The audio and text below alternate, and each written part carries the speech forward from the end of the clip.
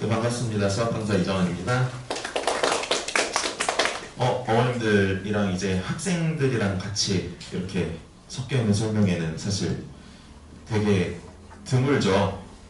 그래서 저는 어머니들께서 오셨지만 사실 학생 중심으로 설명회를 진행하려고 했었기 때문에 약간 시선을 일로 두고 제가 설명을 진행하겠습니다. 가끔 반말이 나올 수 있으니까 얘기해 주세요. 일단 저 같은 경우에는 먼저 개념을 짚다, 기초를 짚다, 개강 이거에 대한 안내도 이따 하겠지만은 학생들이 올해 공부할 때 뭘 알고 공부해야 되고 독학재수를 할 때 도대체 어떤 식으로 해나가야 좀 더 확실한 성공이 될 수 있는가, 이거에 대해서 지금 강대를 개강하고 학생들을 많이 보면서 여기서 수업할 걸 생각하고 있었으니까 고민을 되게 많이 했어요. 고민을 되게 많이 했고, 실제로 제가 대성 오기 전에는 메가스터디 대치러스에서 수업을 하다가 이제 대성으로 스카웃돼서 온 거기 때문에 독학재수 하는 친구들을 되게 많이 봤거든요. 그래서 우선 학생들이 알아야 될 게 뭐냐 하면, 가르치는 사람이 기준을 되게 잘 잡아서 끌고 가야 학생이 그걸 또 믿고 따라올 수 있다 라는 생각이 들고, 그러기 위해서는 지금 그 자료에 이렇게 써있는 한쪽 자리가 있을 겁니다. 한 장 넘겨보시면, 그러니까 여러분들이 기준을 잡을 때 예시문항 시험 조치 봤어요? 친구야, 예시문항 봤어? 안 봤어? 안 봤어? 봤어? 도와줘. 봤니? 일단 그 예시문항 시험에 대한 구성을 좀 알아야 될 것 같은데, 이게 기준이니까 이 기준을 되게 잘 잡아야 될 것 같아. 그게 뭐냐면, 일단 공통 과목이랑 선택 과목이 있다는 건 너네들이 알 거고, 공통이 이제 수 1, 2, 그 다음에 선택은 이제 너네가 선택한 과목이 되겠지, 그치? 근데 얘네들의 점수의 비중은 각각 얘가 이제 74점, 얘가 26점 이렇게 될 거야.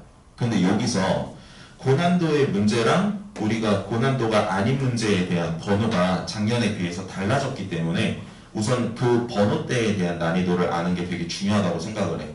그리고 실제로 그게 어느 정도의 난이도로 출제가 됐는지 그건 너네가 직접 문제를 통해서 확인을 해봐야 되는 거지. 그러니까 일단 제일 어려웠던 문제가 뭐냐 하고 생각을 해보면, 얘가 1번부터 22번까지고 얘가 23번에서부터 30번까지란 말이야. 제일 어려웠던 문제가 몇 번이었을 것 같아? 아니, 왜 말을 안 해? 얘들아, 말해봐. 도와줘봐. 몇 번일 것 같아? 몇 번일 것 같아? 31번? 31번 없어. 여기 얘가 1에서부터 22번, 얘가 23에서 30번. 친구야, 몇 번일 것 같아? 느낌, 너의 느낌. 21번, 너는? 22번. 너는? 30번. 정답이 나왔는데 이게 번호가 다 다르니까 정답이 이거 하나 걸리는 것 같은데, 일단 제일 난이도가 높은 문제가 22번. 내가 거기에 써놨던 것처럼 얘가 결국에는 100점과 96점을 변별하게 될 문제가 될 거고, 기존 시험으로 따지면 저게 30번 같은 역할을 하지 않을까 싶어. 그런데 얘가 이제 어디에서 출제가 됐냐면 수학2 미분에서 출제가 됐고, 그러니까 미분 같은 경우는 쉬운 난이도에서부터 제일 어려운 난이도까지 너네들이 공부를 해놓을 필요가 있다는 거지. 수학2 미분에 대해서 무슨 말인지 알지? 그리고 그 다음에 이제 난이도가 높은 게 몇 번이었냐면 30번이었어. 선택 과목 뭐 할 거 없이 그냥 다 30번. 근데 내가 이제 미적분 수업으로 끌고 갈 거기 때문에 미적분을 기준으로 좀 얘기를 해주면, 여기에 나와 있는 30번도 어느 단원에서 출제가 됐냐? 요것도 미분에서 출제가 됐다. 근데 되게 중요한 게 뭐냐면, 옛날 같은 경우에는 저 고난도 문제를 풀 때 되게 계산 자체가 많은 문제가 있었잖아. 옛날 기출의 고난도 문제들을 보면 계산하는 과정이 엄청 길었는데, 이게 작년서부터 시작해가지고 계산의 양보다는 생각을 제대로 하고 들어가면 계산이 없는 그런 식의 스타일이 많이 출제가 되고 있다는 거지. 그래서 공부할 때 너무 중요하게 가져가야 될 부분이 뭐냐면 일단 스텝 1이야. 수능에 맞는 개념이 문제 속에서 어떻게 적용이 되나. 그거에 대한 기준을 제일 먼저 공부할 때 잘 잡으면 결국 이게 수능이라는 시험이 하는 행동이 반복되는 거기 때문에 계속 꾸준히 그 올바른 반복을 통해 네가 올바르게 생각을 해서 이 문제들을 해결할 수 있게 된다는 거지. 다 여기까지 이해가지? 그치? 그리고 나서 그러면 봐봐. 보통 1컷이 92라고 쳤을 때 어디까지 틀리면 딱 요거 두 개 틀리면 1등급 컷을 걸리게 되는 거고 그 다음부터 이제 문제 3개 번호를 내가 지금부터 또 적어볼 텐데 일단 공통 과목에서는 21번이랑 15번 얘네들이 둘 다 수학 1에서 출제가 됐어. 근데 21번 같은 경우엔 어디서 나왔냐면 사인 법칙, 코사인 법칙 알지? 그치? 그 사인 법칙과 코사인 법칙 여기서 출제가 됐고 이 마이크 없이 말하는 게 더 잘 들리는 것 같은데? 울리지 않니? 뭐가 낫니? 없이 말하는 게 낫죠? 그쵸? 그냥 없이 이렇게 말을 할게. 봐봐. 그래서 이제 21번에 사인 법칙, 코사인 법칙이 출제가 됐고 그 다음에 15번에는 너네가 수능에서 봤었던 것처럼 수열의 귀납 적정이 있지. 그쪽이 출제가 됐어. 얘네들이 22번 다음에 나올 어려울 번호대라고 생각하면 돼. 그리고 이제 선택에서 어려운 번호는 이제 29번인데 요건 어디서 출제가 됐냐? 미적분 기준으로 말했을 때 얘는 적분에서 출제가 됐어. 그러니까 공부를 해나갈 때 있어서 일단 커트라인으로 보면 좀 이럴 것 같거든?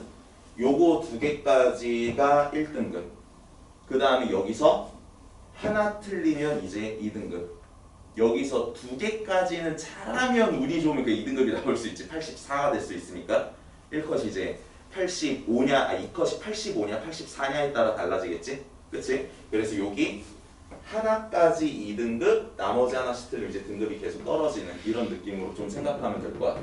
그래서 너네가 일단 목표를 잡게 1차 목표를 얘까지 다 안정적으로 맞추는 학습을 하고 그 다음에 이제 넘어서서 얘네들을 어떻게 해결할 거냐 시기별로 좀 요런 목표를 잡고 너네들이 공부를 했으면 좋겠다는 거지. 애들이 되게 공부하는 걸 보면은 이게 잘 되는 친구와 안 되는 친구의 정말 큰 차이가 하나가 있어. 그게 뭐냐? 안 되는 친구는 자기의 방향이 어떤지 모르는 상태로 그냥 해 앉아서. 근데 결국 결과적으로 성공하는 친구들을 보면은 내가 목표하는 등급이 언제까지 몇 등급인가 이거 확실하게 기준 잡고 그거에 맞춰서 학습을 하나씩 해나간단 말이지. 이게 수험생으로서 되게 중요한 부분이 성취라는 게 있는데 그 성취를 이루어야 이게 꾸준히 나아갈 원동력이 생기고 독재할 땐 특히 그래. 이게 재수종합반 같은 경우에는 그냥 짜여진 커리큘럼 안에서 쭉 진행이 되잖아. 그러니까 처음에 이틀에는 의식을 가지면서 시작을 하다가 그 다음부터 별 생각 없이 가거든. 그 다음에 이제 슬럼프 오면 그 슬럼프가 한 달 가고 슬럼프가 또 한 달 가고 이런 식이라서 너네들은 일단 그 슬럼프의 경험을 최소화 시켜야 될 거 아니야. 그러니까 결국 시기에 맞는 너의 목표 등급 세팅을 한다. 그러니까 독학재수 할 때도 꼭 해야 될 게 뭘까? 매달 나오는 모의고사는 스스로 신청해서 볼 거.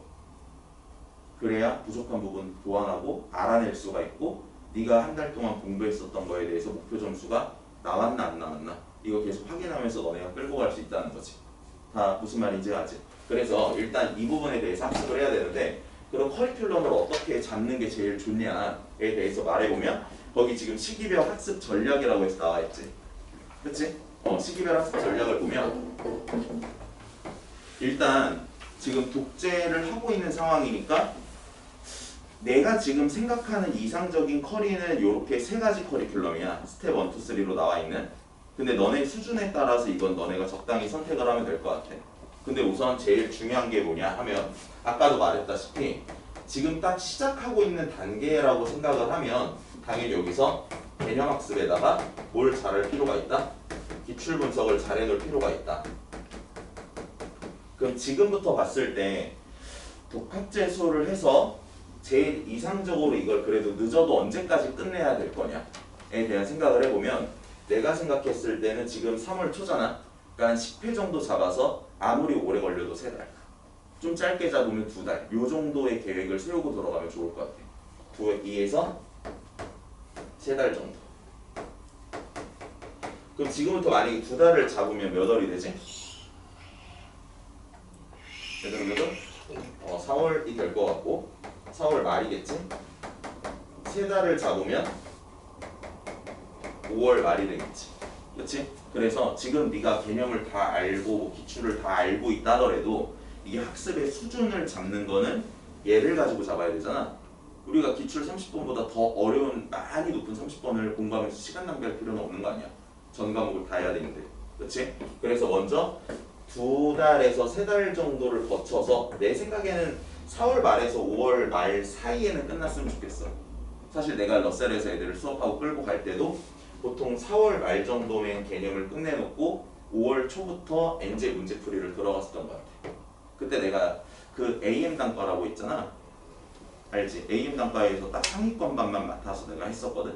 근데 걔네들 기준으로 따졌을 때 커리큘럼을 내가 그렇게 짰었고 그 반이 제일 잘 됐었으니까 내가 말하는 대로 너네가 따라오면 괜찮지 않을까 싶어. 그리고 나서 이제 두 번째 단계는 당연히 뭘 해야 될까? 여기서 이제 기출 문제 풀고 네가 개념 잘 잡았고 기출에서의 학습 난이도를 네가 세팅을 해놓은 상황 아니야? 그러니까 이게 기출 풀 때 제발 잘 알아야 될 게 뭐냐면 이런 수준이 나올 거다라는 생각을 계속 하면서 공부를 해야 돼. 뭔 말인지 알겠지? 여러 가지 돌아다니는 문제집들을 보다 보면 문제집의 난이도가 괜히 과하게 어려운 것들이 있어. 근데 사실 그 입으로 공부하는 애들 있지. 입으로 공부하는 애들 주변에서 못 봤어? 뭐 이거 쉽니 어렵니 평가하고 하는 애들? 그런 애들 있잖아. 그런 애들이 주로 어려운 문제집 쪽에서 사실 이거 괜찮다라고 말을 해. 문제 난이도를 보면. 근데 실제 그 문제 난이도는 엄청 어려운데 걔네들은 약간 허세가 있는 거지. 그 허세를 따라가면 절대로 안 된다. 너네가 공부했던 걸 가지고 딱 기준을 잘 잡고 가는 거라는 거지. 그래서 스텝 2에서는 너네가 다양한 이제 엔제를 푸는데 그 엔제가 실제 요 정도 수준의 엔제인가를 계속 생각하면서 푼다. 근데 스텝 2에서 엔제를 반드시 해야 되는 이유가 뭐냐면 우선 애들이 기출 분석을 했을 때 기출 문제를 이제 계속해서 반복적으로 학습한다 해서 N회독 이런 얘기를 하잖아. 근데 N회독을 했을 때 장점이랑 단점이 있어. 장점은 뭐냐면 이 문제를 풀기 위해서 내가 어떤 행동을 하는지를 좀 더 편하게 볼 수 있고 그 행동에 대해서 익숙해지니까 행동 영역에 힘은 생긴다는 거지. 근데 여기서의 단점은 뭐가 있을까? N회독을 했을 때의 단점? 그 문제의 풀이를 이미 네가 다 알고 있는 상태로 푸는 거잖아 사실. 그러니까 실제로 새로운 문제를 만났을 때 문제 해결력이 길러지지는 않아. 그러니까 여기에서 기출 분석 잘 끝내놓고 내가 했던 기출 분석을 토대로 그 분석이 새로운 문제에 계속 잘 적용이 되고 있는지 없는지 문제를 풀면서 결국 뭘 기르는 시기가 무조건 있어야 된다? 문제 해결력을 기르는 시기가 있어야 된다는 거지. 무슨 말인지 알겠지? 이것만 계속하면 문제 해결력은 떨어져. 반드시 새로운 문제와의 병행을 너가 해야 된다. 네? 근데 이 새로운 문제를 병행할 때 또 여기서 어떤 문제점이 생기냐면 새로운 문제만 풀어도 문제점이 생겨. 왜? 머릿속에서 이걸 또 까먹거든. 그러니까 어떻게 들어가야 되냐면 새로운 문제를 풀면서 너가 부족한 부분 있지. 틀렸던 문제. 그거는 다시 네가 스텝 1에서 정리했던 걸 끊임없이 반복하고 피드백하면서 공부를 해야 스텝 2의 시기를 온전하게 잘 보낼 수가 있다. 그러니까 엔제를 풀면서 계속 뭐 해야 돼? 일단 엔제 풀 때 당연히 중요한 건 네가 먼저 풀어본 다음에 누군가 해설을 들어야 되고 푼 다음에 틀렸어. 그럼 스텝 1에서 정리가 잘 되어 있었을 거 아니야?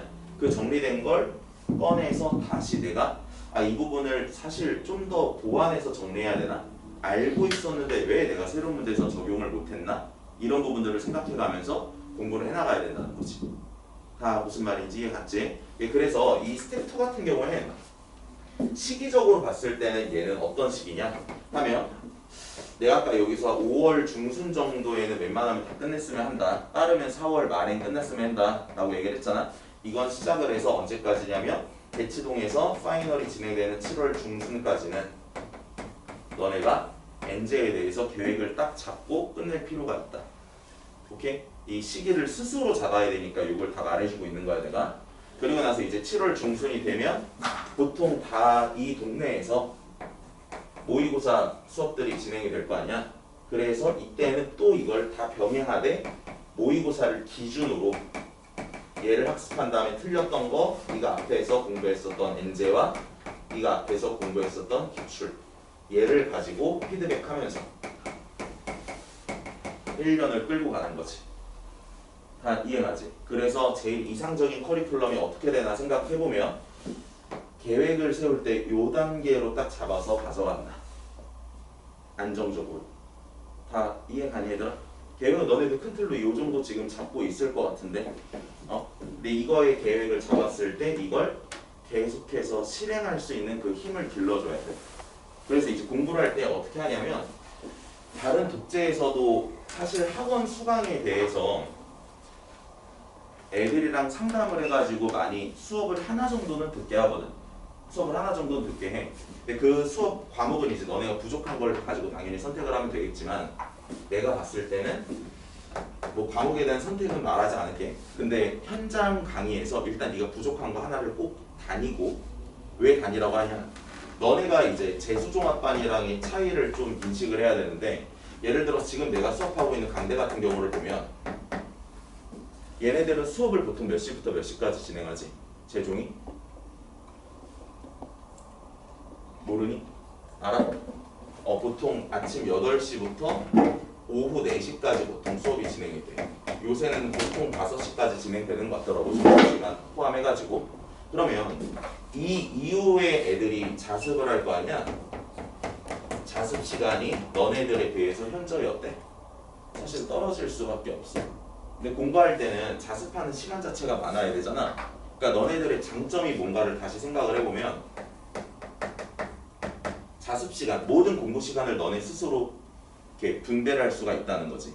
그치? 그래서 너네가 해야 될 거는 슬럼프가 안 오고 내가 실제로 하고 있는 공부가 옳은지 안 옳은지 체크하기 위해서 부족한 과목에 대한 현강 하나를 좀 신청을 하고 그 다음에 인강 병행하고 되지? 왜냐면 여기 수업 시간이 너무 많잖아. 근데 인강이랑 현강을 적당히 조절해서 요거보다는 줄일 수는 있을 것 같아. 이것보다는 줄여놓고 그 다음에 압도적으로 당연히 스스로의 점수가 잘 나오려면 자습 시간 자체를 제일 많이 가져간다. 이렇게 이제 너네가 앞으로 1년 동안 끌고 가야 되는데 그때 이제 내가 생각하는 중요한 점은 이거야. 봐봐봐. 내가 독재들이랑 같이 현강을 진행할 때 어떻게 해야 애들한테 효과를 가장 크게 줄 수 있을까? 라는 생각을 해보면 여기서 진행하는 이 현강 주제를 스텝 1에서는 얘네들을 일단 메인 주제로 현장에서는 얘기를 해주고 그리고 나머지 과목, 나머지 단원에 대해서는 인강을 이렇게 들으라고 계획을 세워주면 애들이 공부할 때 되게 도움이 되지 않을까라는 생각을 한 거지. 무슨 말인지 이해하지? 현강이랑 인강을 병행하는데 너네가 만약에 내 현강을 온다면 내가 나머지 시간대 인강은 이런 식으로 너네가 들으면 좋을 것 같아 라고 거기까지 계획 세워주고 실제로 들어왔던 부분에 대해서 직접 만나서 질문을 받아주게 되면 너네가 공부할 때 좀 더 원활하게 이제 옳은 방향으로 갈 수 있지 않겠냐는 거야. 그래서 내가 딱 계획한 게 거기 마지막에 적어놓은 것처럼 현장 강의랑 인강을 이제 병행하는 커리큘럼을 짜서 너네들한테 보여주게 될 거고 현강에서 주제가 진행되는 거 먼저 지금 보면 알겠지만 선택 과목은 다 다르잖아. 먼저 수원에서 나와 있는 사인 법칙이랑 코사인 법칙이랑 수열 있지. 내가 먼저 수열 진행하고 그 다음에 사인 법칙, 코사인 법칙 진행하고 수학2로 넘어간 다음에 이제 미적분으로 넘어가게 될 것 같아.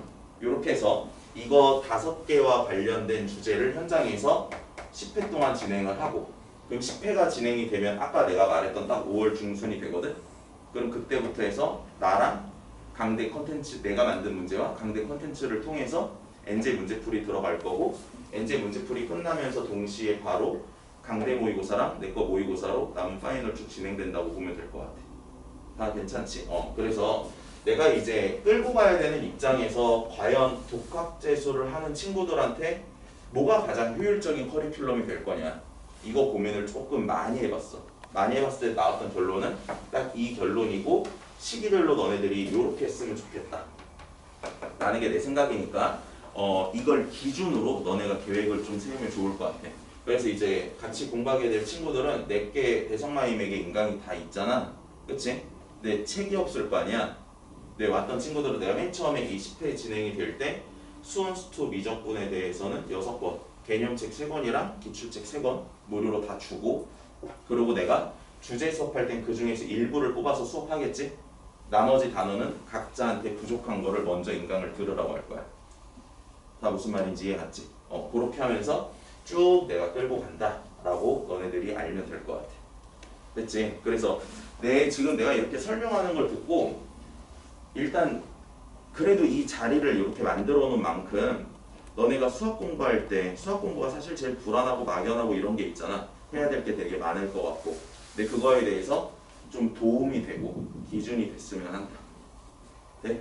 오케이. 그래, 이렇게 말하고 뒤에는 내가 작년 파이널 때 이제 모의고사에서 만들었는데 수능에서 나왔던 부분들이랑 내가 너네들이랑 올해 같이 수업을 하게 되면 이제 파이널 때 이정한 모의고사, 강대 모의고사, 강대 K, 프리미엄 이제 더 27 시즌 1, 2 이거 다 진행하게 될 텐데, 다 진행했을 때 여기 문제 유사율이나 적중률 같은 걸 좀 표현을 해놓은 거고, 뒤에 이제 내가 3-1, 2, 3에서 문제랑 해설을 좀 넣는 게 있을 거야.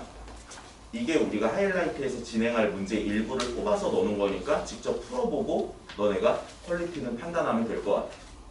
다 무슨 말인지 이해갔나? 됐어? 그럼 난 요 정도 설명하면 될 것 같고, 혹시 질문할 부분 있니? 없니? 나가서 말하고 싶니? 없어? 다 됐어? 오케이, 그럼 여기까지 딱 말하면 되겠다. 아무튼 들어주느라고 수고 많았고 다음에 볼 수 있으면 또 보자.